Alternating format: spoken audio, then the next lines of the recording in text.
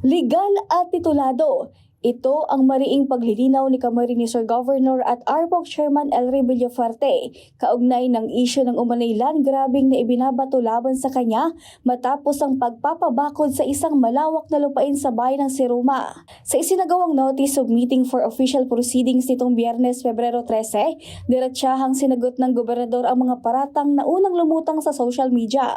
Nag-ugat ang isyu matapos maglabas ng post ni Randall Gadook, may-ari ng isang resort na malapit sa nasabing lupain hinggil sa umanay iligal na pagpapabakod sa lupang sakop ng Barangay San Ramon at Salvacion, Siruma.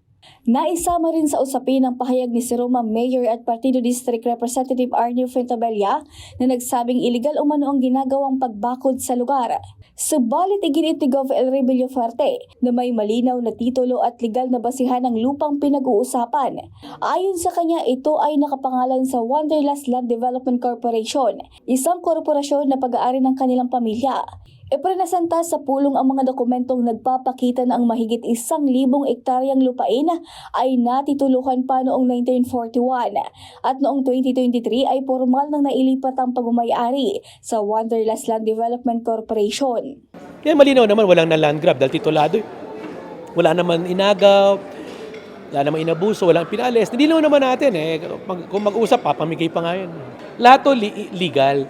Ang mga nagsasabi lang na illegal, yun yung mga naninira.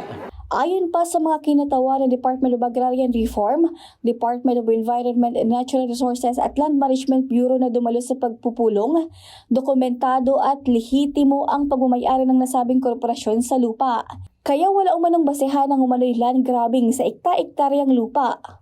Doon sa plotting po namin, base doon sa presented na title copy from the Register of Deeds on the titled under the Wanderlust.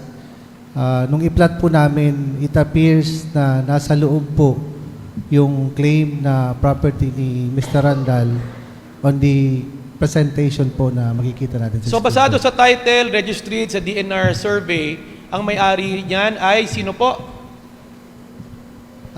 Kung doon po sa title, sir, pag-usapan na nasa loob po yun ng Wanderlust. Okay, itong mga panahon, na pig-document mi siya, pigiling mi mayong tagsadiri. Kaya ang na-release kang dar, pigaapod na pang Original Certificate of Title. OCT pa po siya, Collective Land Ownership Award. So ngunya na araman ta na igwa siyang titulo, yan po ang pag-uulayan with the governor na may assurance siya na mayo mampipahali. Kapansin-pansin namang hindi dumalo sa pagpupulong si Randall Gadook, gayon din si Mayor Karina Pulinga, sa kabila ng pag-asa na mailalahad din nila ang kanilang panig sa isyu. Samantala dumalo naman sa pulong ang ilang municipal councilors ng Siruma at mga kinatawan ng mga barangay San Ramon at Salvacion. Nilinaw nila na wala umanong naganap na kaguluhan o anumang insidente sa lugar kaugnay sa pagpapabakod. Well, sayang, nag-attend sila. Nakita mo naman, patas naman po ang hearing, wala naman tayong pinagalitan, wala naman tayong tinakot. Gusto lang natin katotohanan. Siguro luminaw sa mata ng tao ang issue.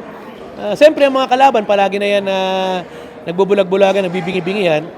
Pero sa lahat ng mga taong gusto ng tapat na sagot, nakita naman, malino naman. Sinabi ng gobernador na handa siyang dalhin ang usapin sa Kongreso upang ganap na mailatag ang lahat ng legal na dokumento at matuldukan na ang mga paratang.